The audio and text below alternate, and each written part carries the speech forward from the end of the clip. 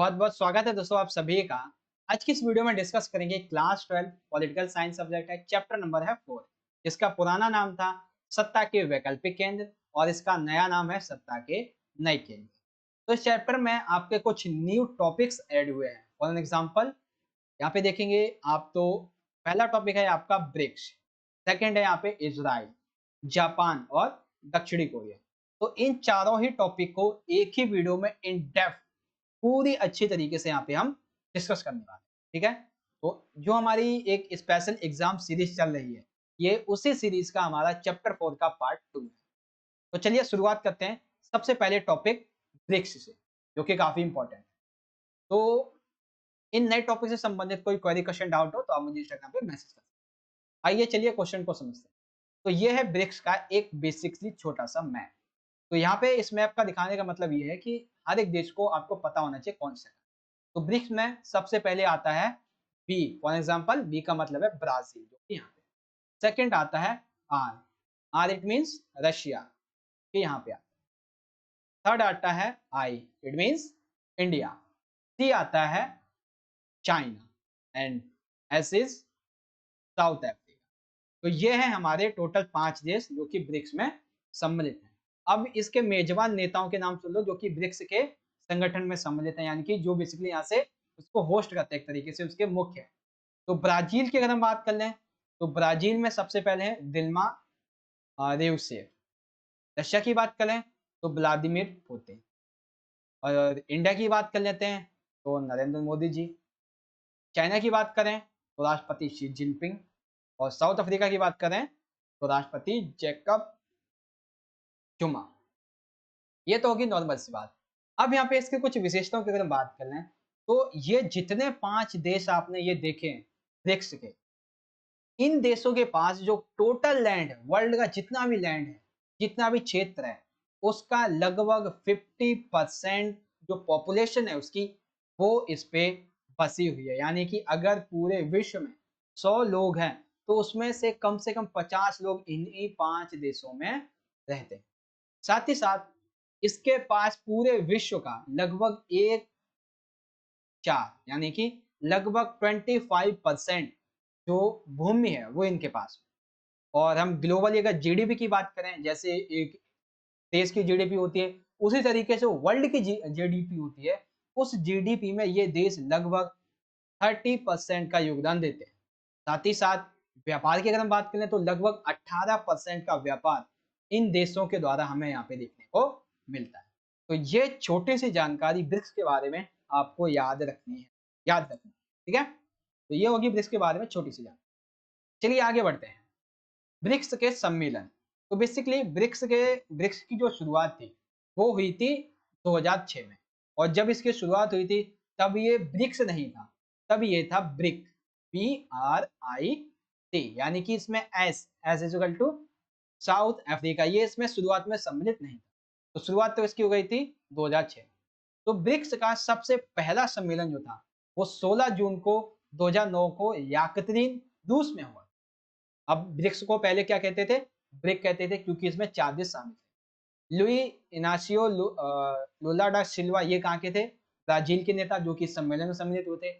रूस के Dmitry Medvedev, Bharat के मनमोहन सिंह और चीन से हु जिनताओ, इन्होंने इस सम्मेलन की अध्यक्षा मतलब कि इसमें सम्मिलित हुए थे। ये सभी 2009 के पहले सम्मेलन में, तब इसे कहते थे ब्रिक।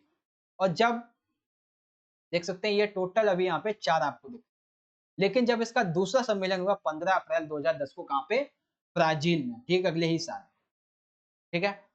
तब यहाँ पे ये फैसला लिया गया कि हमें जो दक्षिणी अफ्रीका है उसे ब्रिक्स में शामिल करना चाहिए। और इसी निर्णय के बाद 24 दिसंबर 2010 को दक्षिण अफ्रीका को इसमें शामिल किया गया। तब ये ब्रिक क्या बन गया? ब्रिक्स बन गया। तब से हम इसे ब्रिक को ब्रिक्स कहते हैं, ठीक है। इसके तीसरे सम्मेलन की बात कर लेते हैं। तो तीसरा सम्मेलन 14 अप्रैल 2011 को चीन में हुआ था। और वर्तमान की अगर हम बात करें तो लगभग इसके अभी तक 14 सम्मेलन हो चुके हैं। तो 13वां सम्मेलन जो है इसका हुआ था 2021 भारत में, जो कि वर्चुअल हुआ था। और 14वां सम्मेलन भी जो है वो चीन में होगा 2022 में, जो कि वर्चुअल यानी कि ऑनलाइन मोड पे एक तरीके से, ठीक है। तो ब्रिक्स के सम्मेलनों के बारे में पहला सम्मेलन, द्वितीय सम्मेलन, तृतीय सम्मेलन ये याद रखना, और एक वर्तमान का कि वर्तमान का कहाँ होना है, ठीक है। तो वो मतलब हो चुका है बेसिकली चीन में हुआ है वर्चुअल। तो ये हो गए ब्रिक्स के सम्मेलन। आगे बढ़िए, अगला देखते हैं। अब ब्रिक्स के उद्देश्य यानी कि आखिर ब्रिक्स जो है उसे बनाने का मतलब, तो ब्रिक्स में जितने भी सदस्य देश हैं, इन सभी देशों की जो अर्थव्यवस्था है उसको विकास करना, साथ ही साथ अंतरराष्ट्रीय स्तर पर अभी क्या होता है कि व्यापार किस में होता है, यूएसडी यानी कि जो डॉलर होता है इसमें व्यापार होता है। तो इसके अलावा किसी अन्य मुद्रा को व्यापार के स्तर पे लाने के लिए प्रयास करना, साथ ही साथ ऐसे देश जो विकासशील देश हैं उनके लिए एक विशेष व्यापारिक ब्लॉक बनाना जिससे वो अपना विकास आसानी तरीके से करते रहे। विकसित और विकासशील देशों के बीच मध्यस्थता का कार्य करना, यानी कि ये देश जो है वो क्या करते हैं कि विकसित और विकासशील इन देशों के बीच में एक कड़ी का, एक मध्यस्थता का यहाँ पे कार्य करते हैं। अंतरराष्ट्रीय अर्थव्यवस्था के साथ में ब्रिक्स के सदस्य देशों की जो अर्थव्यवस्था है उसको जोड़ के अपने देश की अर्थव्यवस्था को, अपने देशों की अर्थव्यवस्था को मजबूत करना, साथ ही साथ ब्रिक्स देशों के बीच में राजनीतिक, आर्थिक, यहाँ तक कि सुरक्षा सहयोग जो है वो भी यहाँ पे किया जाए। ये सारी चीजें इसके अंतर्गत आती हैं। अगला हम यहाँ पे समझते हैं कि जितने भी ब्रिक्स के देश हैं ये घरेलू स्तर पे और साझा चुनौतियों को आपसी सलाह मशवरे के द्वारा बातचीत करके सुलझा लेते हैं। तो देखो, यूरोपीय संघ हो, आसियान हो, ब्रिक्स हो, इनके उद्देश्य मुख्यतः क्या होते हैं, आर्थिक सामाजिक विकास करना, शांति सहयोग बढ़ावा देना, संस्कृति को आदान प्रदान करना। ये नॉर्मल से हैं, तो उद्देश्य आप इस तरीके से लिख सकते हैं। हाँ, एक दो कुछ अलग हो जाते हैं वो आपको याद रखने की जरूरत है। तो ये हो गया ब्रिक्स के उद्देश्य। अब आती है कि ब्रिक्स के बारे में यहाँ पे एक बैंक इन्होंने स्थापित की, एनडीबी। एनडीबी का मतलब है न्यू डेवलपमेंट बैंक।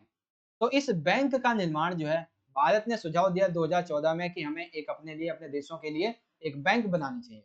तो इन्होंने बैंक बनाई 2014 में, न्यू डेवलपमेंट बैंक। इसका मुख्यालय है संघाई, चीन में। इसका कार्य क्या है कि ये किसी भी प्रोजेक्ट को हाथ में लेती है और उस पर पूरे इन डेप्थ अच्छी तरीके से कार्य करती है। इसके अगर हम वर्तमान सदस्य देशों की बात करें तो इसमें बांग्लादेश, जो 5 देश जैसे कि ब्राजील, चीन, इंडिया और इसमें आप ब्राजील हो गया, ठीक है, बांग्लादेश, इंडिया, चीन और रूस कहाँ है, ये रहा रूस, और हाँ ठीक है। अब इसमें साउथ अफ्रीका भी है, यूनाइटेड अरब अमीरेट्स और यूरोप भी, ये इसमें सम्मिलित है वर्तमान, ठीक है। साथ ही साथ ये बैंक, ये सम्मिलित जो देश हैं, ये तो क्या करती है, प्रोजेक्ट को चलाती है, साथ ही साथ इन्हें कुछ तकनीकी सहायता भी प्रदान करती है। तो ब्रिक्स यानी कि एनडीबी बैंक के बारे में ये चीजें आप ख्याल रखती हैं। अब इसमें आ जाता है कि आखिर ब्रिक्स जो सदस्य देश हैं इनके बीच में विवाद क्या है। तो विवाद सबसे बड़ा ये है कि हमें किन तरीकों से और किन किन नए सदस्य देशों को अपने ब्रिक्स संगठन में जोड़ना चाहिए। अगला आ जाता है, एक तो यहाँ पे लोकतंत्र और साम्यवाद, ये जो विचारधाराएं हैं ये कभी कभी किसी फैसले को लेने में मतभेद यहाँ पे डालती है, तो ये काफी मतभेद होता है कई बार। साथ ही साथ भारत और चीन के बीच में सीमा विवाद है, ये भी हमें देखने को मिलता है। चीन और पाकिस्तान की जो नजदीकियां हैं इसको लेकर विवाद है। भारत और पाकिस्तान के जो संबंध है इसको लेकर विवाद है।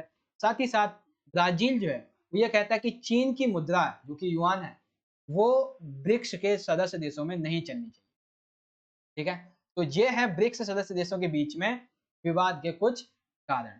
तो चीन के बारे में हम पहले ही ऑलरेडी सारी चीजें पढ़ चुके हैं पिछले वीडियो में, और अभी हमने ब्रिक्स के बारे में जितने भी पॉइंट्स थे वो यहाँ पे क्लियर कर लिए हैं। फॉर एग्जाम्पल, सबसे पहले ब्रिक्स की छोटी सी इंफॉर्मेशन जो कि इस पेज पे हमने ली। सेकेंड इंफॉर्मेशन हमने ली कि ब्रिक्स के संबंधित सम्मेलनों के बारे में। एंड थर्ड हमने इंफॉर्मेशन ली कि इसके उद्देश्य क्या। एंड देन नेक्स्ट हमने देखी कि इन्होंने अपने लिए एक बैंक बनाई, एनडीबी, न्यू डेवलपमेंट बैंक, की विशेषताएं नहीं। एंड देन लास्ट की इसके सदस्य देशों के बीच में क्या क्या विवाद है। अभी आपको ब्रिक्स का ये जो हमारा टॉपिक है वो आपको इजीली तरीके से समझ में आ गया। कोई क्वेरी, क्वेश्चन, डाउट हो तो आप मुझे इंस्टाग्राम पे मैसेज कर सकते हैं। अगला टॉपिक देखते हैं आज का हमारा। अगला टॉपिक है हमारा आज का इजराइल। बेसिकली सबसे पहले इजराइल के हम छोटे से टॉपिक के मतलब कि छोटे से पॉइंट के बारे में समझते हैं, यानी कि सामान्य परिचय। तो बेसिकली इजराइल जो था इसने अपने आप को 14 मई 1948 को अंग्रेजी हुकूमत से आज़ाद कर लिया और इजराइल ने स्वयं को आज़ाद देश घोषित किया। ठीक है?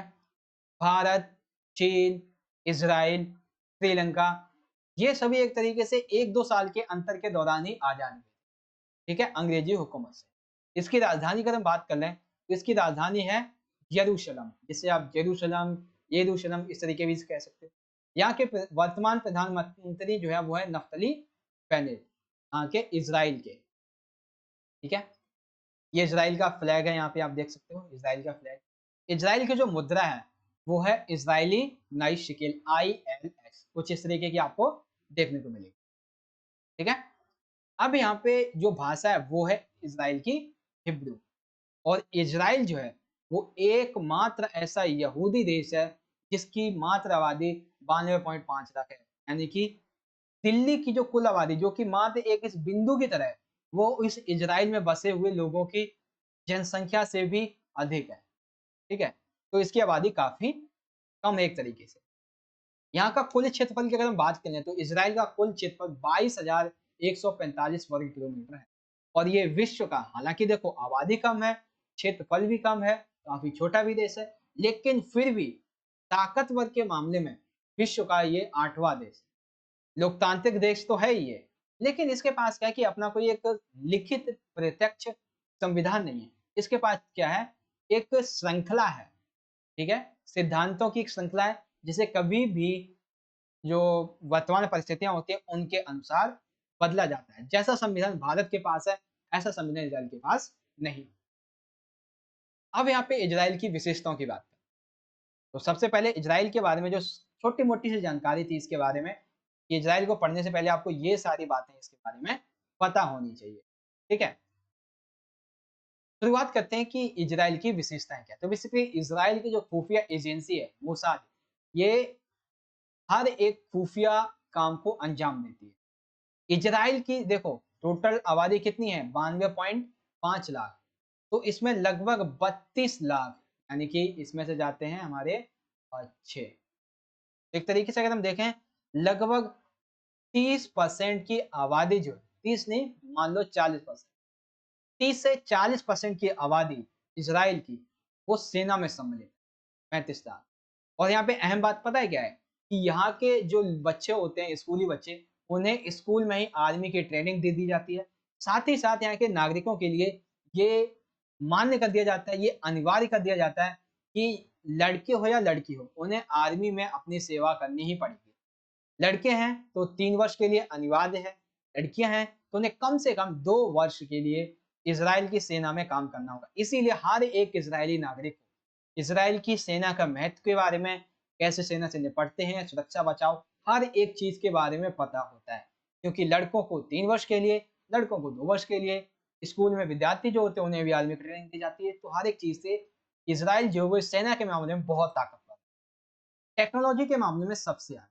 अगर इजराइल की हम बात करें तो घरेलू स्तर पे कंप्यूटर का उपयोग कैसे करना है, पहला मोटोरोला फोन, वॉइसमेल टेक्नोलॉजी, ये सभी जो है वो किसके द्वारा सबसे पहले विकसित की गई थी, इजराइल के द्वारा। ठीक है? तो इजराइल से संबंधित ये विशेषताएं आपको समझ में आ गई। इजराइल के पास अपनी खुद की एक एंटी बैलिस्टिक मिसाइल रक्षा प्रणाली। ये क्या होती है, ये क्या करती है कि इजराइल की तरफ आने वाली किसी भी मिसाइल को हवा में ही मार गिराने की ये शक्ति है, एंटी बैलिस्टिक रक्षा प्रणाली। ठीक है? तो ये है इजराइल की विशेषता। अब यहाँ पे कुछ विशेषताएं और ऐड हो जाती हैं। अगर हम वर्ल्ड लेवल की बात करें, वायुसेना की, एयरफोर्स की, तो छठे नंबर पे एयरफोर्स में इजराइल आता है और चौथे नंबर पे आती है भारत की वायुसेना। इसराइल ने अभी तक लगभग 8 लड़ाइयों को लड़ा है, जिसमें से अधिकतर युद्ध जो है इजराइल जीत जाता है।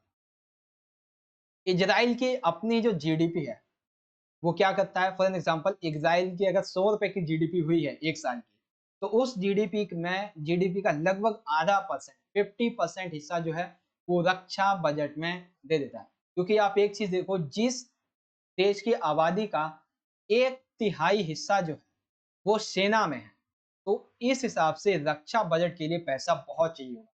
तो जीडीपी का लगभग 50% के आसपास का पैसा रक्षा बजट पे ये खर्च करता है। व्यापार के मामले में इसराइल जो है वो दुनिया में तीसरे स्थान पे है, तीसरे स्थान। ठीक है, व्यापार के मामले ये अपनी जरूरत का 93% खाद्य पदार्थ का उत्पादन स्वयं, यानी कि अगर इसको 90 किलो खाना चाहिए, सॉरी 100 किलो खाना चाहिए, तो 100 में से ये 93% खुद ही उत्पादन कर लेते हैं, बाकी 7% का ये आयात कर लेते हैं। तो ये है इजराइल की विशेषताएं। तो इजराइल की क्या क्या यहाँ पे सबसे पहले हमने देख ली कि, एक सेकेंड, राइट, हाँ ठीक है। इसराइल के बारे में सबसे पहले हमने सामान्य परिचय देखा इसका। उसके बाद इसराइल की क्या-क्या यहाँ पे हमें विशेषताएँ जानने को मिलती हैं, वो हमने देख ली। अब हम समझेंगे इसराइल के बारे में कुछ रोचक तथ्य, जो कि आपको जानने चाहिए इसराइल के बारे में। सबसे बड़ा रोचक तथ्य ये है कि दुनिया की सबसे छोटी जो बाइबल है, वो कहाँ पे बनी है? इसराइल में बनी है। बहुत अहम है ये ऐतिहासिक रूप से। आपने एक चीज़ नोटिस की होगी, आपने न्यूज़ वगैरह में भी देखा होगा कि पाकिस्तान के जो पासपोर्ट्स होते हैं, उन पे एक चीज़ लिखी होती है कि यह पासपोर्ट इज़राइल देश को छोड़कर सभी देशों में वैध है। क्योंकि इज़राइल जो पाकिस्तान को अपने एक खतरे के रूप में देखता है और ये पाकिस्तानियों को अपने पास, अपने देश में आने की जो है नहीं देते हैं किसी भी तरीके से आज़ादी। ठीक है? इज़राइल जो है वो हीरे का वर्ल्ड लेवल पर सबसे बड़ा थोक व्यापारिक केंद्र, जहां से हीरे की कटिंग, पॉलिशिंग और व्यापार आसानी से किया जाता है। दुनिया में सबसे ज्यादा शरणार्थियों वाला देश भी इजराइल है। अब कहेंगे यहाँ पे तो सेना है, तो यहाँ पे कोई कैसे घुस सकता है? बिल्कुल नहीं, ये वो शरणार्थी नहीं है जो घुसपैठी हो, ये वो शरणार्थी है जो इसी के नागरिक हैं। फॉर एग्जाम्पल कि इजराइल जो है वो ये कहता है कि दुनिया भर में कोई भी यहूदी हो, अगर वो यहूदी है और उस यहूदी के बच्चे कहीं पे भी पैदा हो किसी भी देश में, उसे इजराइल की नागरिकता मिल जाती है। मैंने एक न्यूज़ सुनी थी एक बार कि इजराइल में अगर कोई यहूदी जो है, फॉर एग्जांपल वो मान लेते वो नागरिक नहीं है फिलहाल के लिए इजराइल का, और वो हवाई यात्रा कर रहा है, ठीक है? तो उस हवाई यात्रा में उस महिला को यदि बच्चा हो जाता है, ठीक है? डिलीवरी उसकी हो जाती है, तो उस नागरिक को, उस माता, उस पिता को, तीनों को ही इजराइल की नागरिकता मिल जाती है, अगर पहले से नहीं मिली होगी। तो इजराइल इसीलिए वर्ल्ड लेवल पर सबसे ज्यादा शरणार्थियों वाला देश है। 21वीं शताब्दी में विज्ञान, प्रौद्योगिकी, रक्षा, नवाचार, बुद्धि, इन सभी के मामले में इजराइल जो है वो वर्ल्ड लेवल पर अपनी एक अहम भूमिका यहाँ पे निभा रहा है। ठीक है? तो इजराइल के बारे में रोचक तथ्य आपको समझ में आ गए। अब आता है एक अहम पॉइंट, भारत और इजराइल के संबंध।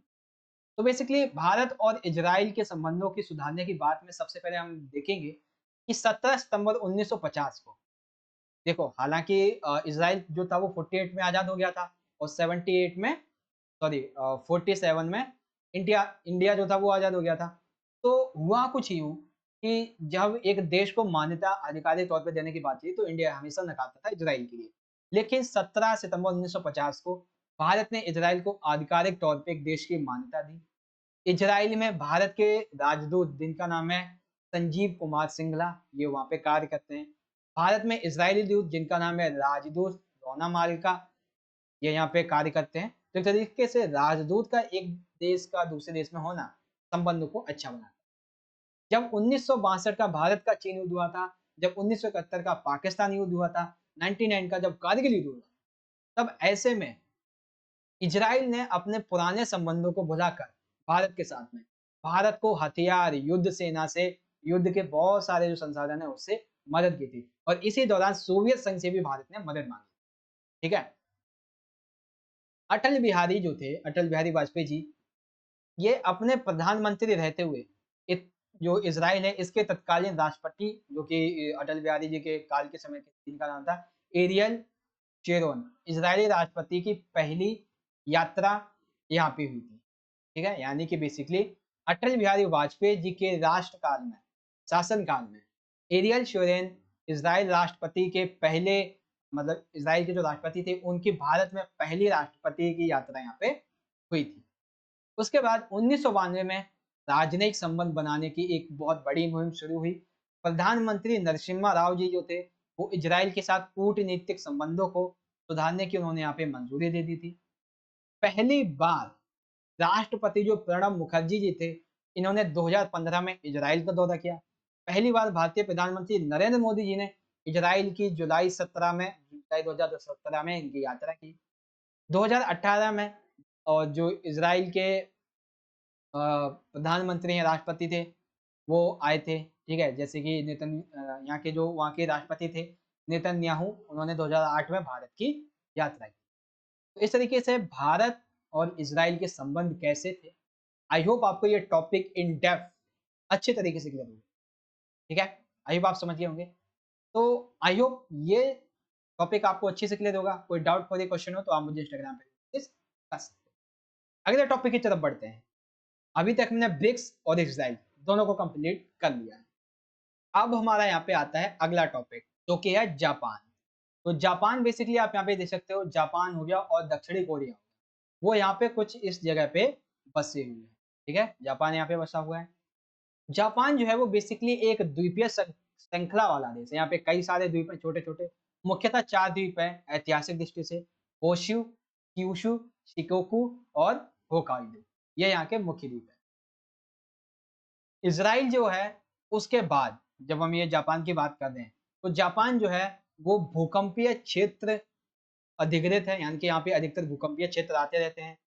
अधिकतर यहाँ की जो जनसंख्या है वो कैसी है? जापानी जनसंख्या है। यहाँ पे कुछ आयोन और कुछ कोरियाई अल्पसंख्यक भी रहते हैं। फ्लैग की बात कर लें तो इस तरीके का जापान का फ्लैग होता है। क्षेत्रफल के अनुसार जापान विश्व का 63वां देश है और जनसंख्या के स्थान पर 11वां स्थान इसको प्राप्त है। यानी कि इस छोटे से महाद्वीपीय देश में जनसंख्या इतनी है कि ये वर्ल्ड लेवल पे 11वें नंबर पे आता है, ठीक है? वर्तमान में इसके जो राजा हैं उनका नाम है नारुहितो और यहाँ के जो प्रधानमंत्री हैं उनका नाम है शिंजो आबे। क्या नाम है प्रधानमंत्री का? शिंजो आबे और राजा का राजा नारुहितो। एक सेकंड, क्या था? हाँ, नारुहितो। अब हम बात करते हैं जापान की अर्थव्यवस्था के बारे में। तो जब सेकंड वर्ल्ड वॉर हुआ था तब अमेरिका ने जापान के 2 शहर हिरोशिमा और नागासाकी पे परमाणु बम गिराए थे। तो इसकी अर्थव्यवस्था जो थी वो काफ़ी ज़्यादा पिछड़ गई थी। आने वाली पीढ़ियों के लिए भी इसने घाव छोड़े। लेकिन दूसरे विश्व युद्ध के पश्चात इसने अपनी जो अर्थव्यवस्था थी उसको बहुत तेज़ी से विकसित किया। जापान ने क्या किया कि इसने कृषि सुधार किए, व्यापारिक संगठनों का इसने पुनर्स्थापन शुरू कर दिया। साथ ही साथ अर्थव्यवस्था में जितनी भी बड़ी एक अधिकारी कंपनियां थी उनकी पकड़ को खत्म करने की इसने कोशिश की ताकि छोटे-छोटे कुटीर उद्योगों का विकास हो सके। ठीक है? यानी कि जापान ने अर्थव्यवस्था को सुधारते हुए कई सारे कृषि सुधार किए, व्यापारिक संगठनों का इसने पुनर्गठन किया। अर्थव्यवस्था में जो बड़ी एक अधिकार कंपनियां उसको खत्म करने की इसने बात कही। राजनीतिक पार्टियों को पुनर्जीवित करना, यानी कि जापान जो था, इसने देखा कि हमें अगर अपना विकास करना है, तो हमें भी एक राजनीतिक पार्टी के रूप में अपनी राजनीतिक पार्टी लानी होगी। इन्होंने राजनीतिक पार्टी को पुनर्जीवित किया।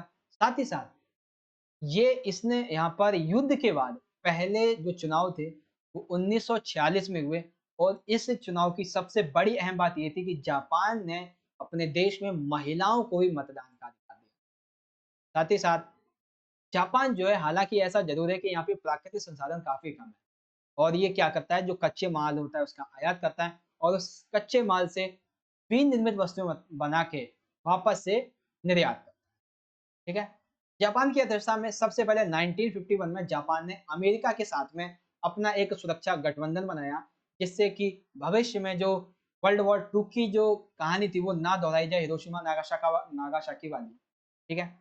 इसने अपना एक जो संविधान था औपचारिक रूप से वो बनाया और इसे गणतांत्रिक रूप भी उसने 1960 के दशक में ही दिया। जापान जो था वो 1964 में इसने आर्थिक सहयोग विकास संगठन, जिसे हम कहते हैं organisation for economic cooperation development, यानी कि ओईसीडी। तो जापान ओईसीडी का संगठन कब बना था? 1964 में। अमेरिकी समर्थन की वजह से कोरिया, वियतनाम जब ये जंग हो रही थी, तब इसमें जापान को काफ़ी मदद मिली थी अमेरिका से। 1964 में जापान की राजधानी टोक्यो में जो ओलंपिक खेल हुए थे, इनका आयोजन बहुत ही भव्य तरीके से हुआ। ये इस चीज़ को दर्शाता है कि जापान की अर्थव्यवस्था कितनी मजबूत है। और इसी दौरान 1964 में ही जापान ने 200 मील प्रति घंटे से चलने वाली बुलेट ट्रेन इसका भी मतलब कि उद्घाटन किया एक तरीके से। तो एक तरीके से जापान की अर्थव्यवस्था इन सभी तरह से विकसित हो रही है। ठीक है? अब यहाँ पे कुछ पॉइंट और आपको देखने को मिलेंगे। संयुक्त राष्ट्र संघ की अगर हम बात करें तो इसका जो बजट होता है, उसमें लगभग 10% तक का योगदान ये करता रहता है, जो कि विश्व के दूसरे स्थान पर। एशिया के देशों में, जितने एशिया महाद्वीप के देशों की अगर बात करें, तो केवल जापान ही जी समूह इसका सदस्य है। सैन्य व्यवस्था के लाभ से अगर हम देखें, नजरिए से अगर हम देखें, तो जापान विश्व का 7वां सबसे बड़ा देश है सैन्य शक्ति के मामले में। सैन्य शक्ति नहीं, सॉरी, सैन्य व्यय, सैन्य खर्चे के मामले में। 2017 में जापान की अर्थव्यवस्था विश्व की तीसरी सबसे बड़ी भी अर्थव्यवस्था थी। एक छोटा सा द्वीपीय देश जिसकी अर्थव्यवस्था 2017 में विश्व की तीसरी सबसे बड़ी अर्थव्यवस्था। जापान ने अपना एक संविधान बनाया हुआ है जिसमें उसने अपने अनुच्छेद 9 में ये कहा है कि राष्ट्र के संप्रभु अधिकार के रूप में युद्ध को तथा अंतरराष्ट्रीय विवादों को सुलझाने में बल प्रयोग अथवा धमकी से काम लेने के तरीकों को जापानी लोगों ने हमेशा किया। यानी कि जापान के संविधान अनुच्छेद 9 के अनुसार ये कहते हैं कि राष्ट्र के संप्रभु अधिकार, युद्ध और अंतरराष्ट्रीय विवादों को सुलझाने के लिए हम बल, शक्ति, दबाव का प्रयोग नहीं करेंगे, हम बातचीत का प्रयोग। ये इसकी अहम विशेषता। ठीक है? तो जापान के बारे में बेसिकली आपको ये छोटे 3-4 पॉइंट जो है वो यहाँ पे याद रखें। सबसे पहले हमने जापान के बारे में छोटी-सी मैप बेस्ड हमने जानकारी ली, किस तरीके से है जापान के बारे में। उसके बाद हमने यहाँ पे जानकारी प्राप्त की जापान की अर्थव्यवस्था किस तरीके से विकसित हुई, एंड देन ये लास्ट की अर्थव्यवस्था किस तरीके पे और तेजी से विकसित होती चली। तो जापान का हमारा ये भी टॉपिक कंप्लीट होता है। ओके, ठीक है। हाँ, कोई क्वेश्चन डाउट हो तो इंस्टाग्राम पे मैसेज कर लेना। अब आता है हमारा अगला टॉपिक, जो कि है दक्षिण कोरिया। तो यहाँ हमारा जापान बसा हुआ है, ठीक इसी के बगल में है हमारा यहाँ पे दक्षिणी कोरिया। ठीक है? तो दक्षिणी कोरिया का फ्लैग कुछ इस तरीके का है। दक्षिणी कोरिया की राजधानी जो है वो है सियोल, और ये राजधानी इस देश की सबसे बड़ा शहर भी है, और वर्ल्ड लेवल पर ये दूसरा सबसे बड़ा महानगरीय क्षेत्र भी है और एक वैश्विक नगर। देखो, साउथ कोरिया की राजधानी जिसका नाम है सियोल, ये वैश्विक दृष्टि से काफी अहम है, क्योंकि साउथ कोरिया के लिए तो ये सबसे बड़ा शहर है, लेकिन वैश्विक लेवल पर ये सबसे बड़ा दूसरा महानगर है और एक प्रमुख वैश्विक नगर भी है। यहाँ की आधिकारिक भाषा जो है, जो लिपि है, वो कोरियाई है। लिपि कह लो, भाषा कह लो, वो क्या है? कोरियाई है। 10 मई 2022 को जब यहाँ पे चुनाव हुए, तो उसमें राष्ट्रपति यू सुंग योल ये बने थे, और प्रधानमंत्री 21 मई 2022 को बने थे हान डक सू। ठीक है? वर्तमान में यहाँ के राष्ट्रपति कौन है? यू सुंग योल, और प्रधानमंत्री हान डक सू। कोरिया को अक्सर हम शांत सुबह की भूमि के रूप में देखते हैं। ठीक है? इसके पश्चिम में चीन बसा हुआ है, जो कि यहाँ पे ऊपर है। इसके पूर्व में यहाँ पे जापान बसा हुआ है। इसके उत्तर में कोरिया बसा हुआ है, उत्तरी कोरिया। ठीक? इसकी मुद्रा जो है वो है दक्षिण कोरियाई वोन। अगर हम इसकी बात करें तो 1 आईएनआर यानी कि 1 रुपए के बराबर में दक्षिणी जो कोरियाई वोन है वो लगभग 16.5 रुपए, यानी कि काफी पीछे है भारत से। ठीक है? इसकी जीडीपी की अगर हम बात करें वर्तमान की, तो लगभग 1710 बिलियन डॉलर की इसकी जीडीपी। ठीक है? अब हम दक्षिण कोरिया की कुछ विशेषताओं के बारे में समझते हैं। तो बेसिकली शुरुआत होती है कोरियाई प्रायद्वीप के बारे में। तो कोरियाई प्रायद्वीप को द्वितीय विश्व युद्ध के अंत में 2 भागों में बांट दिया। एक दक्षिणी कोरिया जिसे हम कहते हैं रिपब्लिक ऑफ कोरिया, और एक दूसरा था उत्तरी Korea, democratic people's republic of Korea. ये दोनों 38वें समानांतर के साथ साथ विभाजित किए गए, यानी कि बेसिकली कोरिया जो प्रायद्वीप था वो पहले इसमें एक ही था, कोरिया पूरा प्रायद्वीप, लेकिन ये 2 भागों में बटा, और जब ये बटा तो एक बना दक्षिण जिसमें रिपब्लिक ऑफ कोरिया का शासन था, एक बना उत्तरी Korea democratic democratic people's republic of Korea. 1950 से 53 के बीच कई कोरियाई युद्ध हुए, जिसने शीत युद्ध के दोनों पक्षों के बीच जो प्रतिद्वंदता थी वो काफी तेज कर दी। उत्तरी कोरिया और दक्षिणी कोरिया, ये दोनों मिलकर 17 सितंबर 1991 को संयुक्त राष्ट्र संघ के सदस्य भी यहाँ पे बन चुके थे। ठीक है, ये चीज समझ गए। उसके बाद यहाँ पे अगर हम धर्म की बात कर लें तो मुख्यतः यहाँ पे जो धर्म है वो कोई नहीं है। यानी कि एक, अगर हम बात करें टोटल 100 लोगों की, तो इस 100 लोगों की आबादी में लगभग 56 लोग ऐसे हैं जो समानार्थी हैं, जिन्हें किसी भी धर्म से कोई लेना देना नहीं है। लेकिन अगर पूछा जाए कि अत्यधिक धर्म माना कौन सा जाता है, तो वो है ईसाई धर्म, और दूसरे नंबर पे आता है कोरिया, फिर बौद्ध धर्म, और उसके बाद आते हैं कुछ अन्य धर्म। ठीक है, ये चीज आपको समझ में आ गई धर्म के बारे में। फिर यहाँ पे जातीय समूह की बात करें तो 2019 की जनगणना के अनुसार यहाँ पे लगभग 95% कोरियाई लोग रहते हैं और बाकी 5% कौन से गैर। अब कोरिया की अर्थव्यवस्था के बारे में समझिए। तो दक्षिण कोरिया जो है वो एशिया में एक सत्ता के केंद्र के रूप में यहाँ पे उभर रहा है।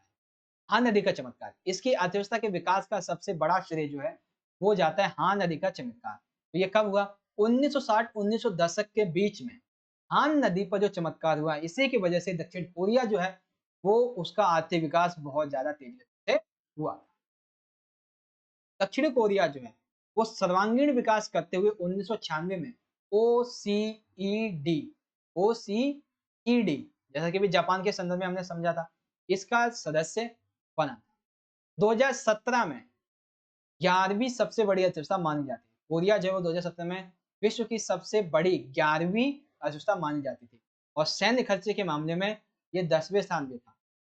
साथ ही साथ दक्षिण कोरियाई ब्रांड जैसे कि सैमसंग, एलजी, हुंडई, ऐसे बहुत से दक्षिण कोरियाई ब्रांड हैं जो देश के विभिन्न विभिन्न देशों अलग अलग भागों में प्रसिद्ध हो रहे हैं। फॉर एग्जाम्पल भारत की अगर हम बात कर लें तो यहाँ पे ये सभी ब्रांड्स जो है वो काफी फेमस होते हैं और खरीदे जाते हैं। भारत और दक्षिण कोरिया के बीच वाणिज्यिक और सांस्कृतिक संबंध सुधारने के लिए कई समझौते, क्योंकि अपने व्यापार से संबंधित समझौतों को सुधारने के लिए आपस में बहुत से समझौते दक्षिण कोरिया और भारत के बीच में होते रहते हैं। अब यहाँ पे एक रिपोर्ट आई 2016 में, एचडीआई की रिपोर्ट, ह्यूमन डेवलपमेंट रिपोर्ट, मानव विकास रिपोर्ट। इसमें यह बताया गया कि दक्षिण कोरिया जो है वो इस रिपोर्ट के अनुसार 18वें नंबर पे रैंक करता है वर्ल्ड लेवल, जिसके प्रमुख कारकों में यानी कि इसके जो मानव विकास जो वो काफी अच्छा है। इसके कारण क्या है? तो इसका सबसे पहला कारण है यहाँ पे सफल भूमि सुधार है। इसका ग्रामीण विकास काफी अच्छा है। व्यापक मानव संसाधन इसके अच्छे विकास कर रहे हैं। तीव्र न्याय संगत इसके प्रणाली है।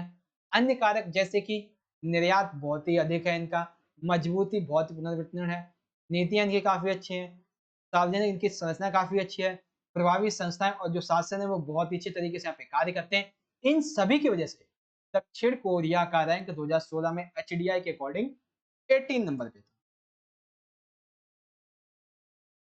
तो यहाँ पे दक्षिण कोरिया के बारे में आई होप आपको ये टॉपिक जितने भी थे यहाँ पे कंप्लीट हो। तो आज की इस वीडियो के जितने भी टॉपिक यहाँ पे हमने डिस्कस किए, ब्रिक्स, इसराइल, दक्षिण कोरिया और जापान, इन सभी को आई होप इन डेप्थ आपको अच्छे से, बहुत अच्छे तरीके से समझ में आ गया होगा। ठीक है, और एक सेकेंड,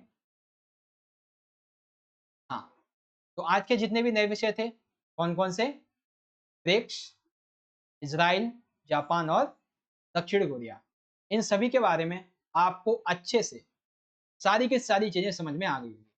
गाइस, आपको वीडियो अच्छी लगी हो तो वीडियो को ज़्यादा से ज़्यादा लाइक जरूर करना, अपने दोस्तों के साथ शेयर भी जरूर कर देना, और कमेंट में अपना फीडबैक देना कि जो मैंने आज आपको समझाए हैं न्यू टॉपिक्स वो आपको समझ में आए हैं या नहीं। ठीक है, फीडबैक जरूर देना। लेंगे आपसे अगली वीडियो में, तब तक के लिए आप पढ़ते रहिए, अपना ख्याल रखिए, धन्यवाद, जय हिंद, वंदे मातरम।